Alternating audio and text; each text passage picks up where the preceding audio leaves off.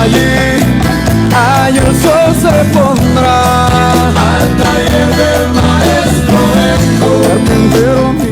En Radiovisión presentamos el programa Más que un carpintero, un espacio de bendición donde compartiremos la palabra del Señor junto al hermano Cristian Castillo. Sean todos bienvenidos. Pues Él me curará.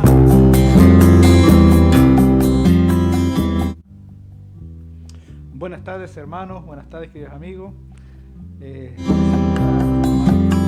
gusto de poderles saludar nuevamente después de 7 días, volvernos a encontrar a través de esta emisora. Cierto que es un gran placer y un privilegio de parte del Señor. Gracias al Señor porque nos acompañan y porque podemos estar acá también esta tarde compartiendo con ustedes este espacio, Más que un carpintero. La verdad es que poder compartir con ustedes en esta tarde el tema que traigo, sin duda que va a ser un tema que de seguramente usted ha visto este pasaje en más de alguna oportunidad y seguramente se ha encontrado con hartas respuestas respecto de este pasaje, sobre todo cuando estos pasajes a veces no nos permiten ver algunas cosas importantes que el pasaje nos puede revelar.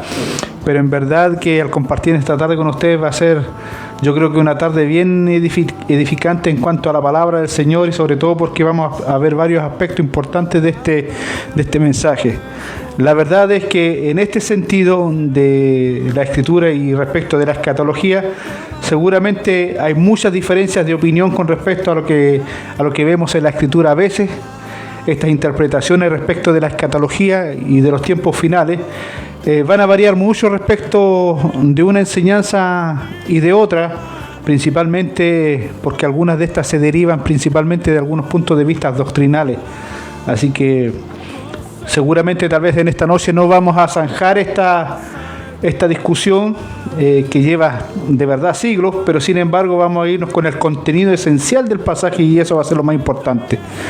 Antes de empezar, quiero invitarles a orar, saludándoles también a cada uno de ustedes. Gracias por acompañarme, gracias por ser parte de este programa, por ser parte de la radio y esperar cada semana en este horario el programa, esperando una palabra del Señor, esperando también un tema importante que nos edifique, que nos haga conocer al Señor y que esto también nos lleve a ver el Evangelio no de una manera distinta, sino de una manera bíblica.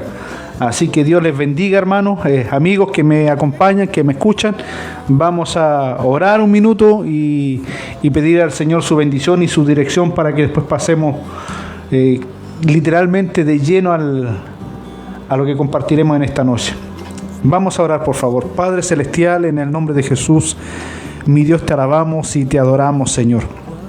Han sido días, Señor, excepcionales respecto de tu palabra, Señor, que me has permitido, Señor, escudriñar, Señor, y a través de ella también crecer, Señor.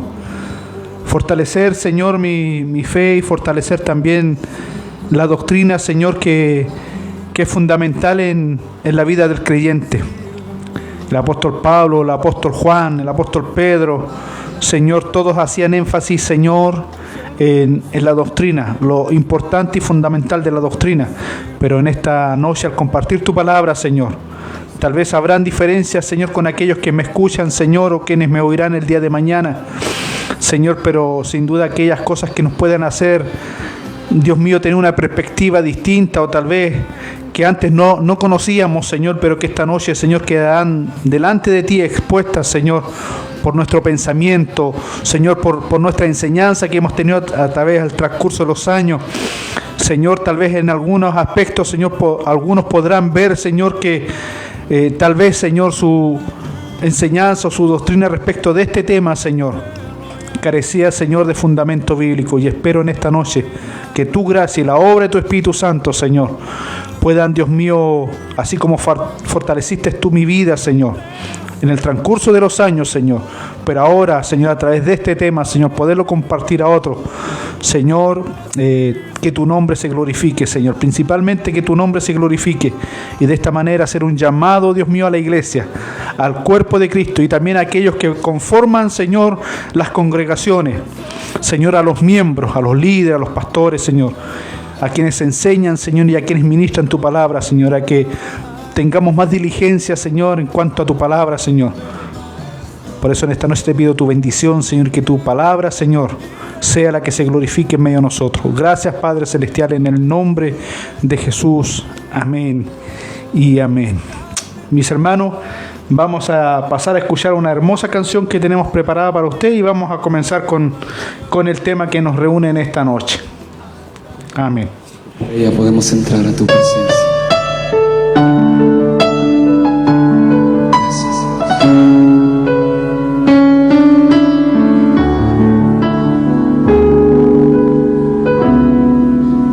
Gracias por la cruz, oh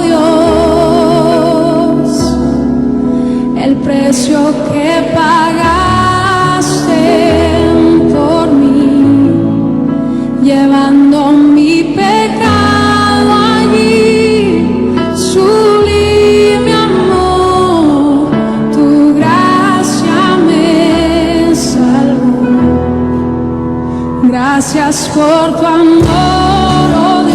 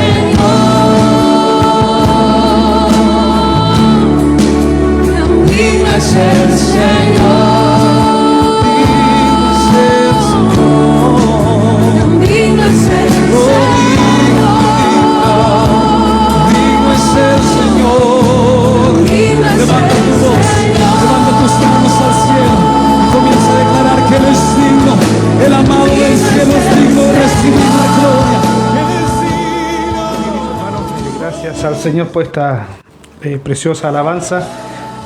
Quiero recordar antes de comenzar, saludar a algunos hermanos, principalmente a aquellos hermanos que durante estos últimos días se unieron al grupo de Más que un Carpintero, enviando su solicitud de unirse al grupo.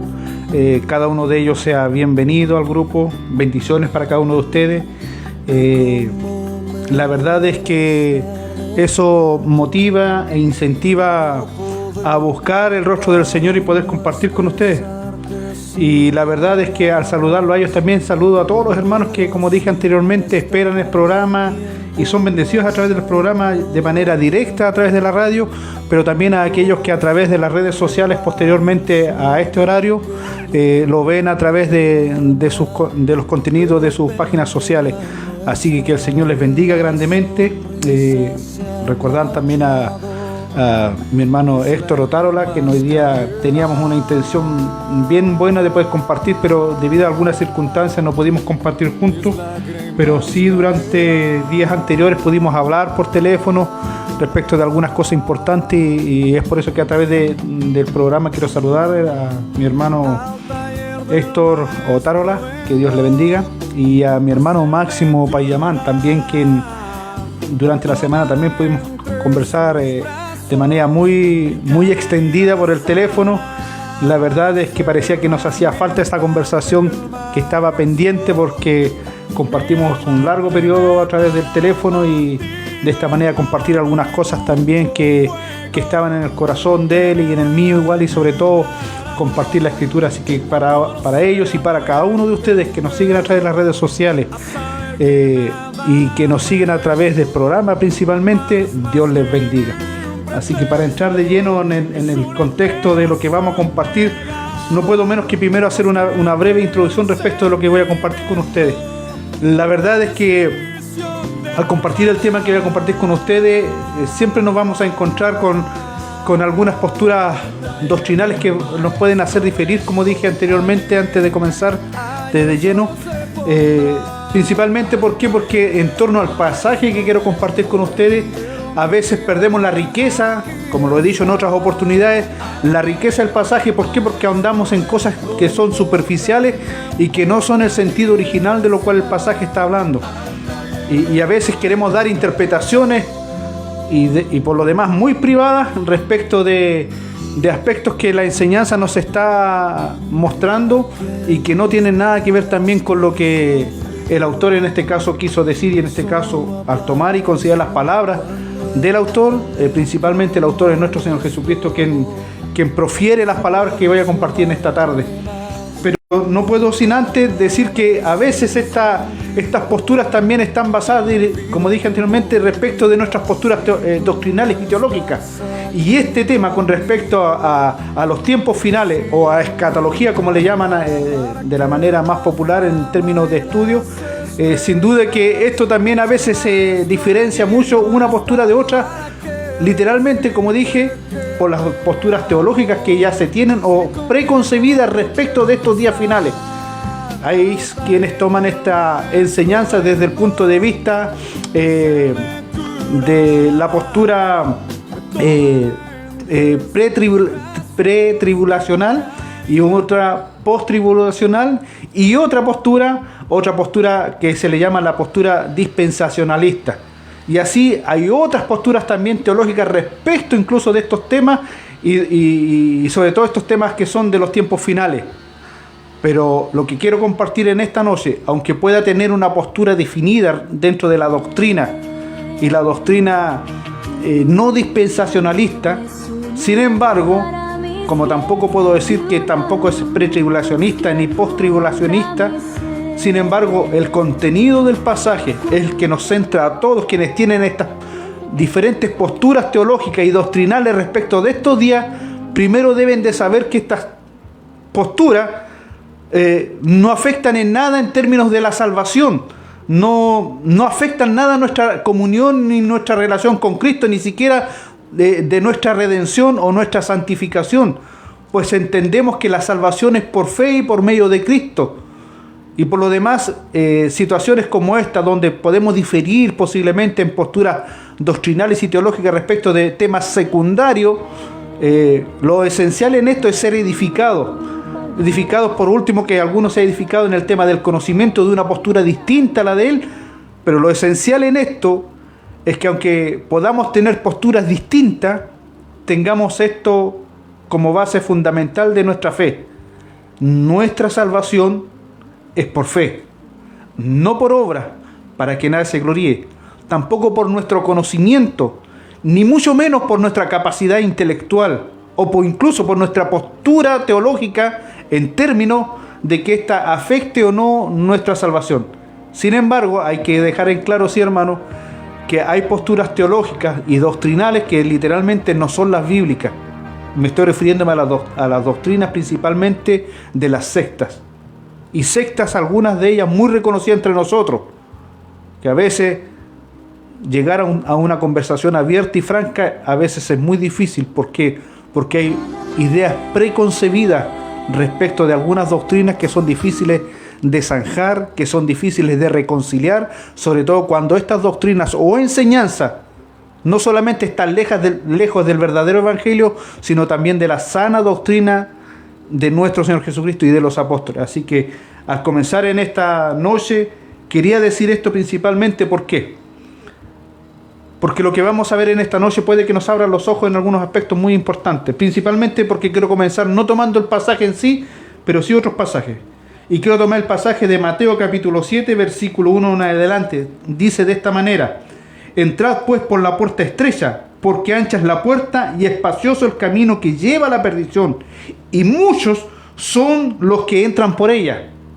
Primera pregunta: ¿cuántos son los que entran por esta puerta ancha y por este camino ancho? ¿Algunos, un puñado o muchos? La verdad es que el pasaje ya es claro y dice muchos. Pero hay que entrar no por la puerta ancha ni por el camino ancho, sino por la puerta angosta y estrecha.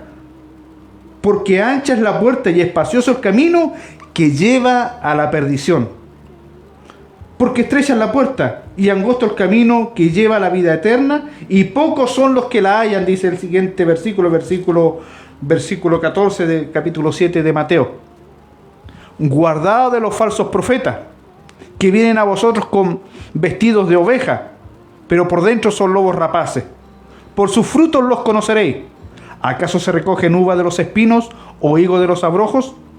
Así todo buen árbol da buenos frutos, pero el árbol malo da frutos malos. No puede el buen árbol dar malos frutos, ni el árbol malo dar frutos buenos. Todo árbol que no da buen fruto es cortado y echado en el fuego. Tal vez con esta pequeña instrucción bíblica estamos viendo una advertencia directamente de nuestro Señor Jesucristo respecto principalmente del camino que nosotros tomamos para ir a la vida eterna. El camino ancho lleva a la perdición y muchos son los que van por ahí, pero el camino que lleva a la salvación es angosto, como también la puerta, y pocos son los que lo hallan, dice el pasaje. Pero además hace una advertencia después de esta aseveración, y hace una nueva advertencia: guardaos de los falsos profetas, que se disfrazan de ovejas pero son lobos rapaces. ¿Y cómo podemos identificar a estos falsos maestros y estos falsos apóstoles, estos falsos profetas? Principalmente por su fruto. Por su fruto. Porque el buen árbol da buen fruto y el mal árbol da malo fruto, o más bien dicho, el mal árbol no puede dar frutos buenos.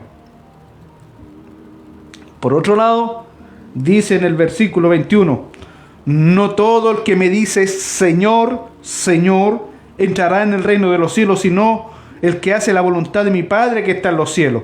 Muchos me dirán en aquel día, Señor, Señor, ¿no profetizamos en tu nombre y en tu nombre echamos fuera demonios y en tu nombre hicimos muchos milagros? Y entonces les declararé, dice el Señor, nunca os conocí, apartados de mí, hacedores de maldad. Cualquiera pues que me oye estas palabras y las hace, le compararé a un hombre prudente que edificó su casa sobre la roca. Descendió la lluvia y vinieron ríos y soplaron vientos y golpearon con fuerza contra aquella casa y no cayó, porque estaba fundada sobre la roca. Pero cualquiera que me oye estas palabras y no las hace, le compararé a un hombre insensato que edificó su casa sobre la arena. Y descendió la lluvia, y vinieron ríos, y soplaron vientos, y dieron con ímpetu contra aquella casa, y cayó, y fue grande su ruina. En esta última advertencia que hace el Señor antes de terminar el sermón del monte, Él dice, mire, hay dos tipos de personas, el prudente y el insensato.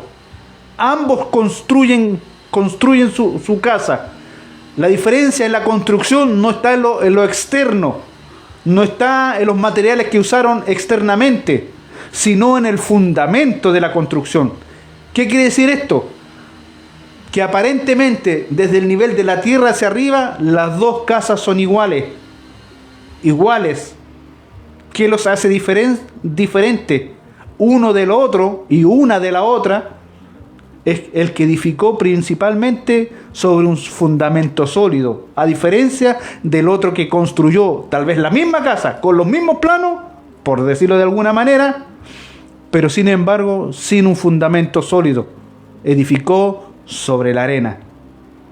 Yo quiero que ustedes tengan en consideración todas estas cosas que le he dicho anteriormente, para que al considerar el pasaje que vamos a tomar ahora y poder profundizar en él respecto de las cosas que ya les he anunciado, podamos tener en consideración todos estos aspectos fundamentales, porque es posible que en esta noche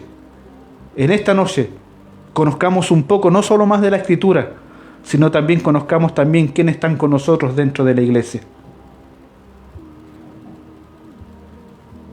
Tal vez esto va a ser conflictivo en algún aspecto, puede sacar roncha este tema en algún sentido, pero la verdad de todo esto no es traer palabras de división, no es traer palabras que no edifiquen, no es traer palabras para que nos dejen con dudas, al contrario, es para clarificar, para que las tinieblas se disipen por la luz del Evangelio, y sobre todo para aquellos que están construyendo su vida, su fe, su comunión con Dios, y quiero decirlo esto entre comillas, sin considerar principalmente el fundamento de lo que edifican. Es posible que, como dice esta parábola, o esta alegoría más bien dicho, al final sufran pérdida, como aquellos falsos maestros y falsos apóstoles y profetas que pueden introducirse encubiertamente en medio de nosotros para pervertir no solamente la sana doctrina o la sana enseñanza, sino también enseñar cosas que no corresponden. Curiosamente, tarde o temprano también será descubierta su postura, su fundamento, básicamente por una cosa, su fruto, por los frutos. Y al final, y quiero recalcar esto, al final, aunque ellos hayan profetizado, hayan enseñado, hayan crecido en la iglesia, hayan sido parte del culto, hayan sido parte de los ministerios, hayan sido parte de las enseñanzas, del liderazgo, de presidir dentro de la iglesia, de cualquier aspecto dentro de la iglesia, cuando ellos digan, Señor, en tu nombre hicimos esto y aquello, Él dirá, no os conozco. Es por eso que en esta noche, al final de esta reflexión, yo quiero que usted pueda examinar su vida, examinar sus caminos, examinar sus frutos, examinar el fundamento de su fe, el fundamento de su relación con Dios. Y al final, examinar también su doctrina. ¿Por qué? Porque esto también es fundamental. Y lo vamos a ver a través de la Escritura. Con estos antecedentes previos, quiero invitarles por favor al mismo libro, al capítulo 25. Dice así el capítulo 25. Entonces el reino de los cielos será semejante a 10 vírgenes que tomando sus lámparas salieron a recibir al esposo. 5 de ellas eran prudentes y 5 insensatas. Las insensatas tomando sus lámparas no tomaron consigo aceite, mas las prudentes tomaron aceite en sus vasijas juntamente con sus lámparas. Y tardándose el esposo, cabecearon todas y se durmieron. Y a la medianoche se oyó un clamor: aquí viene el esposo, salid a recibirle. Entonces todas aquellas vírgenes se levantaron y arreglaron sus lámparas. Y las insensatas dijeron a las prudentes: dadnos de vuestro aceite, porque nuestras lámparas se apagan. Mas las prudentes respondieron diciendo: para que no nos falte a nosotras y a ustedes, id más bien a los que venden y comprad para que vosotras mismas, id y comprad vosotras mismas. Pero mientras ellas iban a comprar, vino el esposo, y las que estaban preparadas entraron con él a las bodas, y se cerró la puerta. Después, versículo 11, vinieron también las otras vírgenes, diciendo: Señor, Señor, ábrenos. Mas él respondiendo dijo: de cierto os digo que no os conozco. Esta parábola sin duda que nos va a abrir un panorama más amplio de lo que ya podemos haber dicho antes. Y aunque hay aspectos casi similares a lo que ya leímos en el capítulo 7 respecto del Sermón del Monte, y con respecto incluso a cómo debía ser nuestra vida en Cristo, principalmente los frutos que debemos dar, cómo debemos caminar, por dónde debemos caminar, las advertencias respecto de que si no caminamos por ese camino, ni vamos a entrar por esa puerta. ¿Qué va a pasar también cuando estemos ahí? ¿Con qué cosas nos enfrentaremos o con quiénes nos enfrentaremos? Principalmente dice con los falsos maestros, con los falsos apóstoles, los falsos pastores, todos aquellos que van a impedir que nosotros sigamos avanzando. Principalmente para que nosotros al final no obtengamos la recompensa o la corona o el fruto final de ver cara a cara al Señor como hijo suyo. La verdad es que todas esas advertencias del capítulo 7 son muy paralelas a este pasaje, porque curiosamente, como dije anteriormente, cuando tomamos este pasaje, y me refiero principalmente a la parábola de las 10 vírgenes, tendemos principalmente a tomar ideas que están alrededor de la parábola, más que tomar en consideración la parábola misma. Y me refiero a cosas alrededor de la parábola porque nos centramos a veces, porque seguramente que usted lo ha escuchado, que todo se centra básicamente en el significado de las lámparas, en el significado del aceite, en el significado de las vírgenes, en el significado de la puerta, en el significado del novio, y a veces tenemos un panorama más amplio de los significados alrededor de la parábola que lo que la parábola realmente está enseñándonos. No olvidemos que una parábola es una historia de la vida cotidiana, en este caso que el Señor toma una boda, tal vez tradicional de su tiempo, para transmitirnos un principio o una verdad. Un principio, una verdad. No muchos principios ni muchas verdades. Ahora, para considerar esta parábola, debemos recordar lo siguiente. El Señor nos habla esta parábola dentro de 3 parábolas que Él nos está hablando. Nos habla también de la parábola de los talentos y nos habla anteriormente también de las parábolas de los siervos, del siervo fiel y el siervo infiel. La verdad es que cuando tomamos este pasaje, tal vez podría ampliarse nuestro espectro de qué es lo que el Señor nos está diciendo. Pero para ello debemos entender que el capítulo 24 comienza con una advertencia: las señales del fin. Recuerdan que hace algún tiempo atrás yo les hablé con respecto a los títulos que hoy en día nuestras Biblias traen, y estas nos ayudan a entender tal vez de alguna manera más simple de qué es lo que nos está hablando el pasaje, pero a veces también perdemos el sentido del contexto del pasaje porque nos centramos mucho en el título. Pero sin embargo, sí hay que rescatar que los títulos nos ayudan a poder comprender qué nos está hablando. Ahora, si no tiene título su Biblia, debemos leer el pasaje de todas maneras. Entonces, el pasaje aquí en el capítulo 24 nos comienza a advertir acerca de las señales del fin del siglo. Y sobre todo las señales de la venida del Hijo del Hombre. Y tal vez, como dije anteriormente, una de las cosas en las cuales a veces podemos tener diferencias de opinión respecto a esto, y literalmente diferencias respecto de las posturas que tenemos respecto principalmente de la parábola de las 10 vírgenes y de los tiempos finales, van a variar de acuerdo a nuestra postura teológica. Ahora, ¿es fundamental la postura teológica respecto de una enseñanza que el Señor nos está dando para no tener una idea preconcebida de eso? Por supuesto que sí. Claro que sí. Porque nuestra postura doctrinal y teológica nos va a guiar en una postura preconcebida o una postura previa de acuerdo a lo que hemos ido recibiendo y hemos sido enseñados con anterioridad.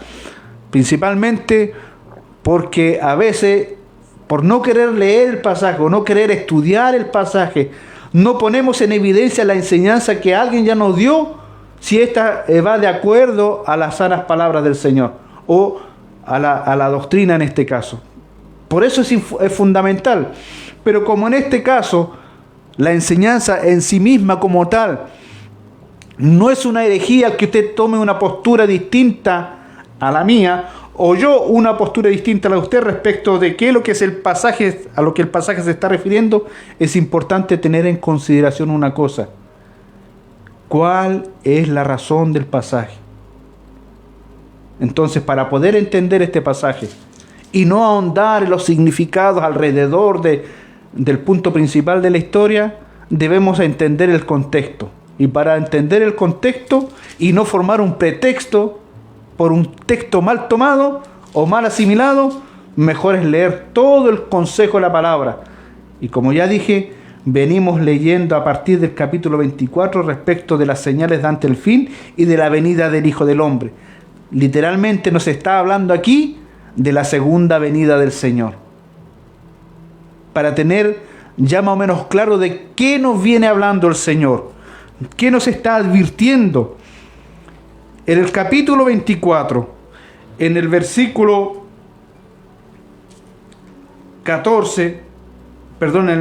34 dice de la siguiente manera, capítulo 24, versículo 34, de cierto os digo, no pasará esta generación hasta que todo esto acontezca, dice ese pasaje. Tal vez si yo dijera algo como esto y considerar este pasaje solamente para tomar una enseñanza en torno a esto, tal vez sería muy difuso, muy poco claro. Entonces, para poder entenderlo, como ya dije anteriormente, vamos al mismo capítulo, pero al versículo 11. Y muchos falsos profetas se levantarán y engañarán a muchos. Versículo 24. Porque se levantarán falsos cristos y falsos profetas y harán grandes señales y prodigios de tal manera que engañarán, si fuese posible, aún a los escogidos. Ya os lo he dicho antes. Así que si alguien nos dijere, mirad, está en el desierto, no salgáis a mirar. O está en el aposento, no lo creáis. Porque como el relámpago que sale del oriente y se muestra hasta el occidente, así será también la venida del Hijo del Hombre. Versículo 35. El cielo y la tierra pasarán, pero mis palabras no pasarán. Pero el día y la hora nadie sabe, ni aun los ángeles de los cielos, sino mi Padre. Mas como los días de Noé, así será la venida del Hijo del Hombre. Versículo 45. ¿Quién pues es el siervo fiel y prudente, el cual puso su Señor sobre su casa para que le dé el alimento a tiempo? Bienaventurado aquel siervo, el cual cuando venga su Señor le halle haciendo así. De cierto os digo que sobre todos sus bienes le pondrá. Pero si aquel siervo malo dijere en su corazón, mi Señor tarda en venir, y comenzare a golpear a sus consiervos y aún a comer y a beber con los borrachos, vendrá el Señor de aquel siervo en día que éste no espera y a la hora que no sabe, y lo castigará duramente y pondrá su parte con los hipócritas. Allí será el lloro y el crujir de dientes. Termina de esta manera el capítulo 24 con esta parábola del siervo fiel y el siervo infiel. Tomando la parábola de las 10 vírgenes, entonces podemos tener una clara alusión respecto principalmente de algo que hay que tener en consideración para aquel día: velar, estar atento, vigilar, estar preparado. Ese es el sentido fundamental del pasaje. Pero cuando leemos aquí que hay 10 vírgenes, como dije, a veces nos centramos tanto en los significados externos de la historia, del pasaje, y nos enredamos tanto y queremos darle significado y tomamos en consideración el aceite, tomamos en consideración... Y claro, es importante tomar en consideración aquellas cosas que sin duda nos pueden ayudar a entender el pasaje, pero en este caso hay cosas que no debiéramos considerar porque nos alejan y nos apartan de la advertencia que el Señor nos viene dando. Que ante la venida de los tiempos finales y principalmente de la venida del Hijo del Hombre, hay que estar preparado. Ahora bien, la parábola nos habla de 10 vírgenes, y esto sí que es importante destacarlo. 10 vírgenes, las cuales, principalmente en esto no hay discusión en ningún aspecto, representan en sí a la iglesia. ¿Pero las 10 vírgenes representan a toda la iglesia? Y esta es una pregunta importante. ¿Las 10 vírgenes son la iglesia? ¿Toda la iglesia? Y como dije anteriormente, hay 2 caminos: el camino ancho y el camino angosto. En el camino ancho, muchos son los que van por ese camino, y este camino lleva a la perdición. El camino angosto, sin embargo, son pocos los que lo hallan, pero este lleva a la vida eterna. Y en el mundo, la advertencia que hace el Señor es que hay que tener cuidado, hay que estar preparado para todo, principalmente porque vendrán falsos maestros, habrán tropiezos, falsas enseñanzas, falsas doctrinas, falsos hermanos entre nosotros, falsos ministros. Entonces debemos estar preparados. Ahora bien, lo curioso de esta parábola es que son 10 vírgenes que están invitadas a una boda. Ellas no son la novia.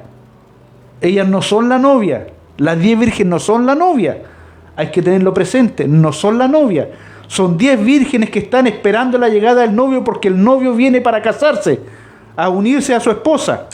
Y aunque hay un sentido de un ritual conocido dentro del pueblo de Israel, que esto se ha transmitido de generación en generación, y sobre todo desde el punto de vista cultural del pueblo judío en los tiempos de Jesús, tal vez por eso a nosotros nos cuesta entender algunos aspectos importantes de esta parábola. ¿Por qué?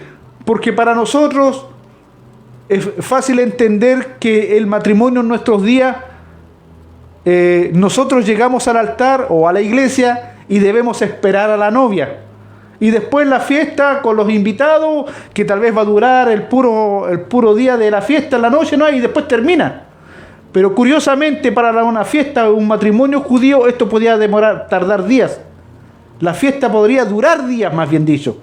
Y en algunas oportunidades, cuando la familia no tenía la capacidad económica para poder sustentar una boda de este tipo, por muchos días lo que hacía eran llegar en consenso con otras parejas para que se unieran juntas también, casar unos 3, 4 matrimonios, por decirlo de una manera más simplificada, para que de esta manera pudieran celebrar los días que ellos quisieran celebrar, pero a un costo más bajo, de tal manera que se podían realizar matrimonios múltiples para que las familias en sí pudiera distribuirse el gasto que requería para mantener la fiesta de matrimonio por 3 días, 4 días, una semana. En el caso de la parábola, se considera básicamente bien importante esto, hermano. No es una fiesta que va a durar un día. En la parábola es una enseñanza principalmente, hermano. Es una enseñanza tomada desde el punto de vista de algo cotidiano para poder enseñar una verdad. Una verdad. A diferencia nuestra, como dije, los judíos, la novia no era la que tenía que llegar después. Al contrario, el que llegaba primero era el novio y después llegaba la novia. Tal vez como para hacer un poco una muestra de lo diferente de nuestra cultura. Y la fiesta de nosotros tal vez puede durar una noche o un día, pero ya eso termina, para ellos no. Ahora, ¿qué es importante en esto?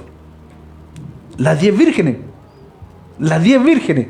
10 vírgenes que tenían que estar esperando con sus lámparas a que llegara el novio, porque ellas eran como las damas de honor, por decirlo de alguna manera, del novio, y que iban a entrar a esta boda. Pero curiosamente 5 de ellas eran prudentes y 5 insensatas.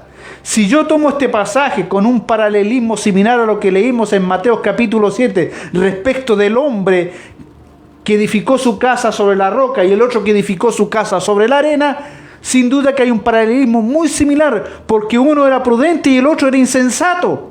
El prudente y sabio edificó su casa sobre la roca y el insensato o el torpe o necio edificó su casa sobre la arena.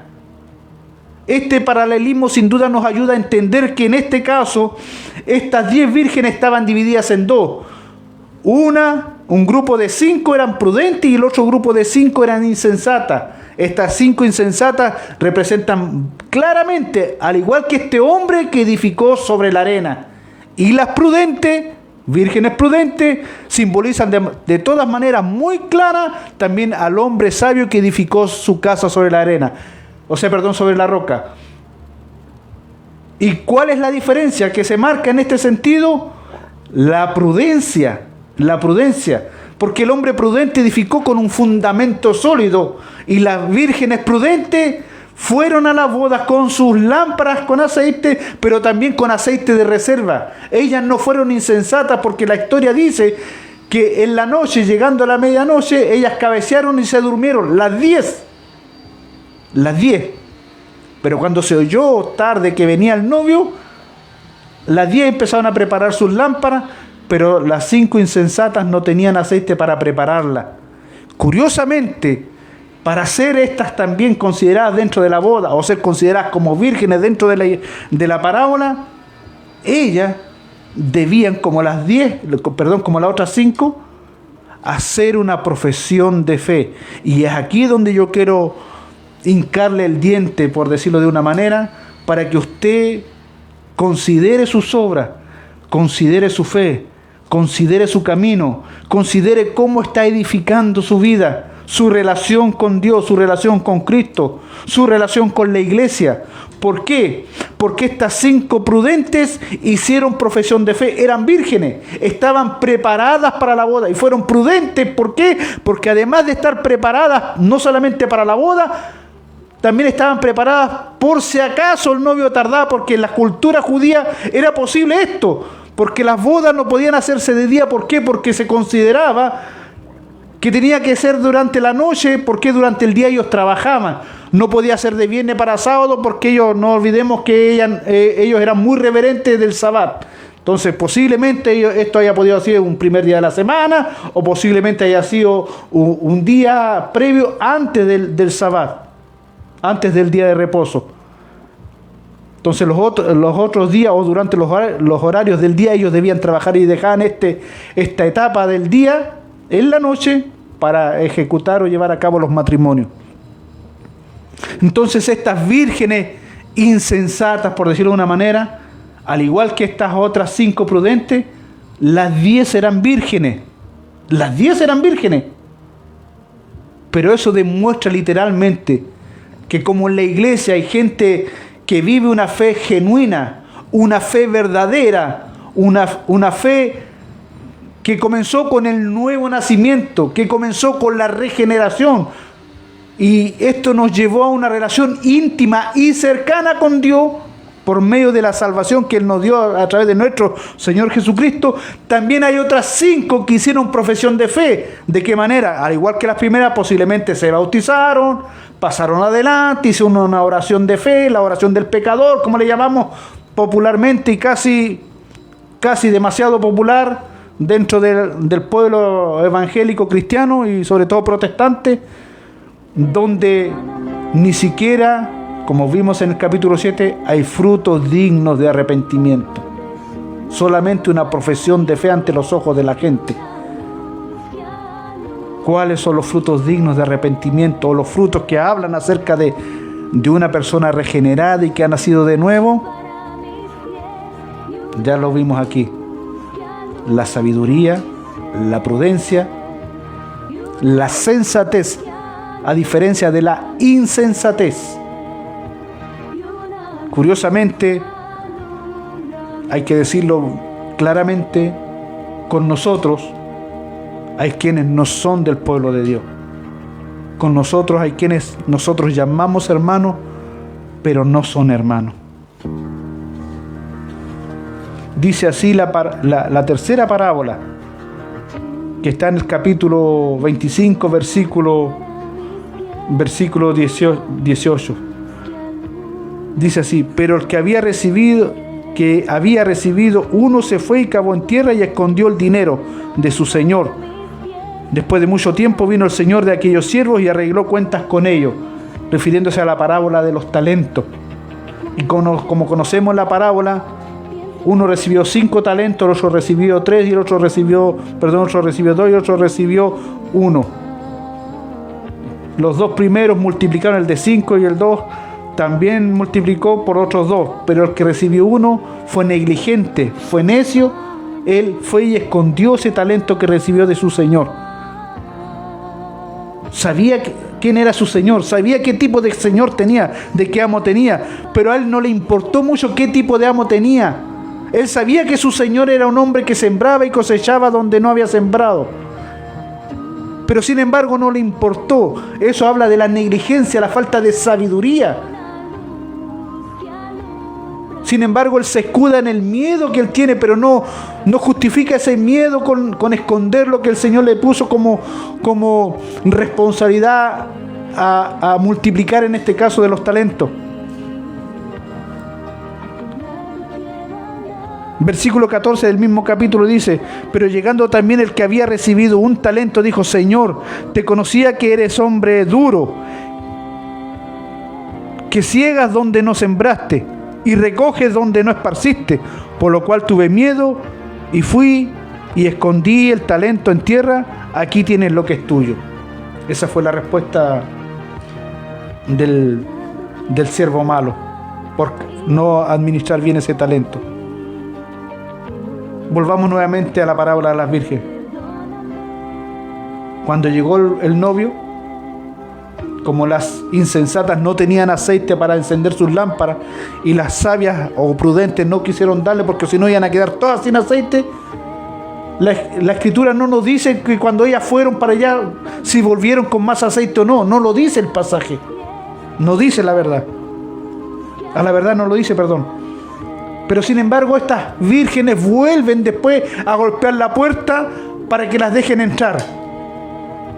De cierto, dice así el versículo 11: después vinieron también las otras vírgenes diciendo: Señor, Señor, ábrenos.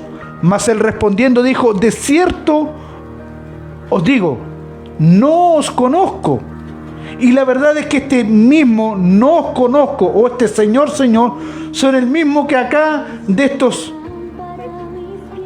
estas personas del capítulo 7, de las cuales dijeron al Señor: Señor, predicamos en tu nombre, echamos fuera demonios, sanamos enfermos en tu nombre. Pero Él les dice que no los conoce, no les conoce. Y este conocer es de relación íntima, cercana. ¿Cómo es posible que estas vírgenes no las conociera el Señor? Es porque literalmente no había una relación cercana, no había una relación íntima. Aunque ellas apelan a esta supuesta relación íntima, el Señor dice: no las conozco, porque esa supuesta relación íntima a la cual ustedes apelan, porque cuando ellas dicen Señor, Señor, ellas están denotando una cierta relación cercana e íntima con el Señor. Pero la verdad es que el Señor dice: no es que yo no conozca sus nombres, ni tampoco quiénes son ustedes, sino lo que estoy diciendo es que realmente nunca los había visto, no les conozco, no sé quiénes son ustedes. Sabemos que el Señor los conoce a todos, sabemos eso, pero en términos de relación íntima, el Señor no conoce ni a esos que predican en su nombre, que apelan a la sanidad en su nombre, que apelan a los milagros en su nombre, a los que apelan a tener una relación cercana con Él, que hicieron una profesión de fe a través de una predicación, a través de de alzar su mano, que es tan común dentro de la iglesia, o repetir una oración que el pastor o el predicador o el evangelista o el ministro hace desde delante y le dice: siga esta oración conmigo, repítala conmigo. Y curiosamente que después que nosotros, y digo nosotros porque en más de una oportunidad por la ignorancia, y esto lo digo de verdad, por la ignorancia hacemos este tipo de alineamientos con aquella persona para que esta persona de esta manera certifiquemos nosotros su salvación. ¿Quiénes somos nosotros, arrogantes, para certificar la salvación de una persona a través de una oración simplemente que él repitió de nosotros? Cuando en realidad debemos entender que la obra regeneradora y salvadora, todo proviene de Dios. Todo lo hace Dios. Como dijimos en el programa anterior, Dios es el que nos santifica, Dios es el que nos llama, Dios es el que pone su espíritu, cambia nuestro corazón. Entonces, si Él es el que hace todo eso, ¿cómo podemos nosotros como predicadores certificar la salvación de alguien porque repitió una oración con nosotros? Y más encima lo bautizamos. Y otros, más extremistas, les piden los diezmos y las ofrendas para que sean parte de la congregación, simplemente por ese afán. ¿Por qué? Porque ese pastor o ese líder es un falso maestro, eso no lo puedo asegurar. Pero sí el Señor nos advierte respecto de las falsas enseñanzas a través de este tipo de personas. Falsas enseñanzas, y eso es lo que quiero destacar también. Por eso debemos considerar nuestro camino, nuestra relación con Cristo, porque la buena noticia es esta. Este es el Evangelio. El Señor todavía no viene. No tengamos por tardanza la venida del Señor, porque el Señor viene. Tal vez usted sea un dispensacionalista que cree las 7 dispensaciones de la vida y de la gracia, y que literalmente estamos esperando, de entre comillas, el rapto secreto, o están esperando el rapto secreto. Otros ni siquiera esperan el rapto, solamente la transformación del cuerpo, y esto debido a sus posturas teológicas. Otros esperan que sea antes de la tribulación, otros a mitad de la tribulación, otros creen que no pasaremos ni siquiera ni la primera ni la segunda tribulación porque el Señor viene antes. No importa cuál sea la postura que usted tenga en este sentido doctrinal y teológico respecto de los días finales, lo importante de la advertencia que el Señor hace es que Él viene. Él viene por segunda vez y nos va a transformar, y eso es verdad, y nos va a hacer entrar en su reino como hijos suyos. Pero cierto es también que algunos van a quedar afuera y apelarán a que tuvieron una relación con Él, que fueron miembros de una iglesia, que predicaron en su nombre, que hicieron sanidades y milagros en su nombre, pero Él les dirá: no os conozco. ¿Y por qué digo esto? No duramente, porque no podemos olvidar esto, hermano. No podemos transar la verdad por el amor, pero tampoco podemos transar el amor por la verdad. O sea, no puedo dejar de tener amor por decir la verdad, ni tampoco dejar la verdad de lado por tener más amor. No, ambas cosas deben ser equilibradas. Y en este sentido es la buena noticia, que aún hay tiempo todavía. Todavía no está el grito que el novio viene o que el novio ya está aquí a la puerta. Lo hemos escuchado muchas veces y es verdad, el novio está a la puerta, porque las señales ya están dadas. Jesús comenzó hablando en el capítulo 24 acerca de las señales antes del fin. Guerra, rumores de guerra, el amor de muchos se enfriará, se entregarán unos a otros entre hermanos. Lo vemos. Falsos ministros, falsos maestros, falsos pastores, falsos profetas, falsos evangelistas de todo tipo.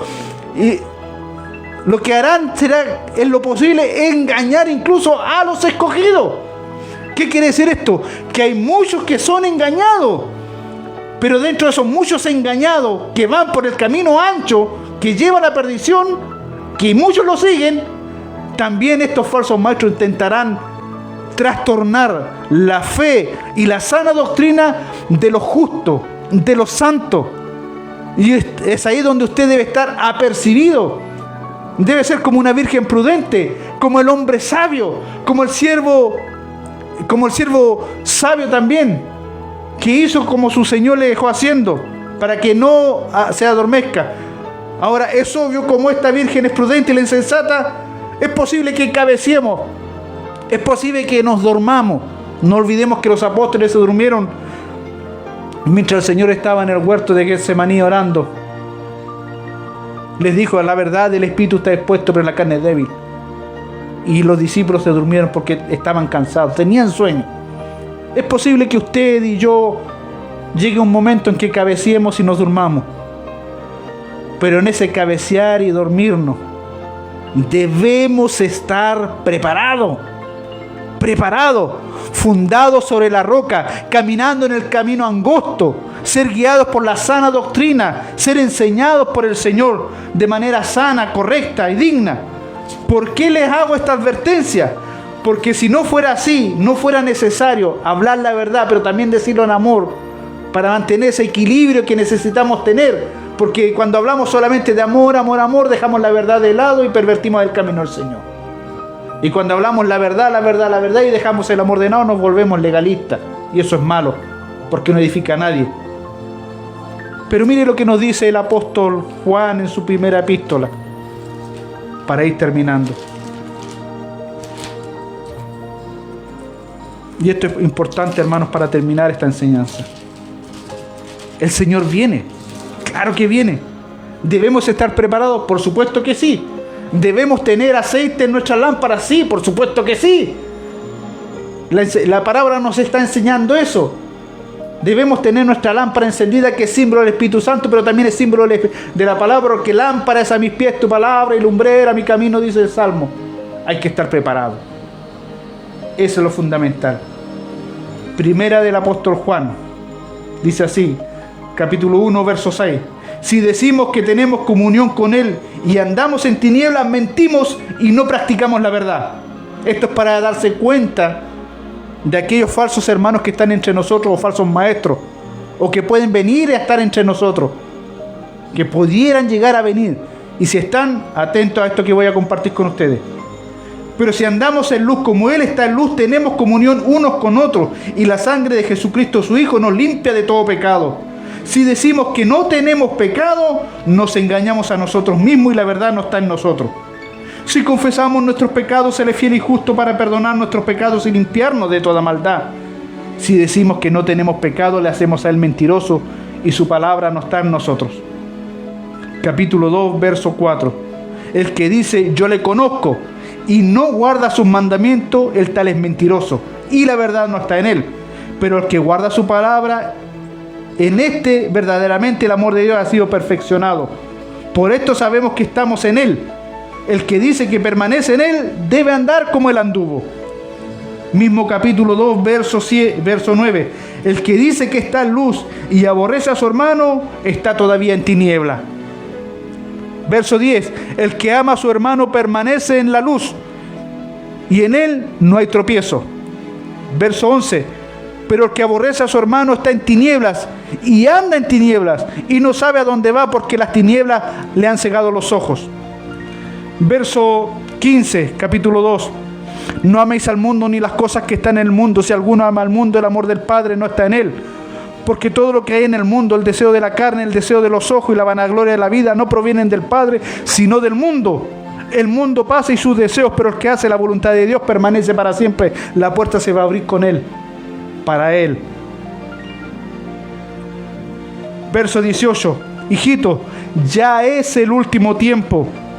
Y según vosotros oísteis que el anticristo viene, así ahora han surgido muchos anticristos. Por esto conocemos que es el último tiempo. Salieron de nosotros, pero no eran de nosotros. Porque si hubieran sido de nosotros, habrían permanecido con nosotros. Pero salieron para que se manifestase que no todos son de nosotros. ¿Qué les parece? Salieron de nosotros, pero no eran de nosotros. Ellos hicieron profesión de fe como estas 5 vírgenes insensatas. Salieron. Verso 23. ¿Quién es el mentiroso sino el que niega que Jesús es el Cristo? Este es el anticristo, el que niega al Padre y al Hijo. Todo aquel que niega al Hijo tampoco tiene al Padre, y el que confiesa al Hijo tiene también al Padre. Verso 28. Y ahora, hijitos, permaneced en Él, para que cuando se manifieste el Señor, venga el novio a las bodas, y como vírgenes prudentes, cuando Él venga y se manifieste, como dice el pasaje, tengamos confianza para que en su venida no nos alejemos de Él avergonzados. ¿Como quiénes? Como las vírgenes insensatas, para que Él después nos diga, no los conozco. Como el que edificó su casa sobre la arena, que vino el viento y la tormenta y fue grande su ruina. Como aquellos maestros y predicadores que dicen en tu nombre esto y aquello hicimos, pero Él les dirá, no les conozco.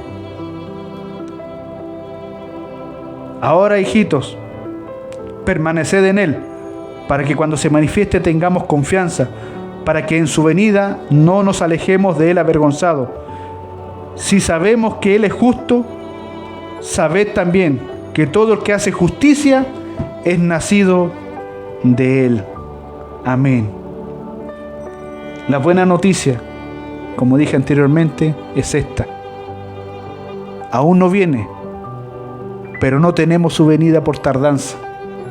Viene pronto. Viene en las nubes con sus ángeles. Si usted es trigo, sepa que posiblemente junto a usted puede haber cizaña. Nosotros no tenemos la responsabilidad de sacar la cizaña de en medio del pueblo. Pero cuando venga al fin, el tiempo de la cosecha, dice la Escritura que el Señor enviará a sus ángeles para que tomen a sus hijos el trigo en granero, pero la cizaña sea quemada en la paja. Para que en ese día las ovejas sean puestas a su derecha y los cabritos sean puestos a la izquierda. Hermano y amigo, aún hay tiempo. La puerta aún no se cierra, porque como en los días de Noé, vendrá el momento en que la puerta se cerrará y se les dirá, no os conozco. Pero hoy todavía hay tiempo.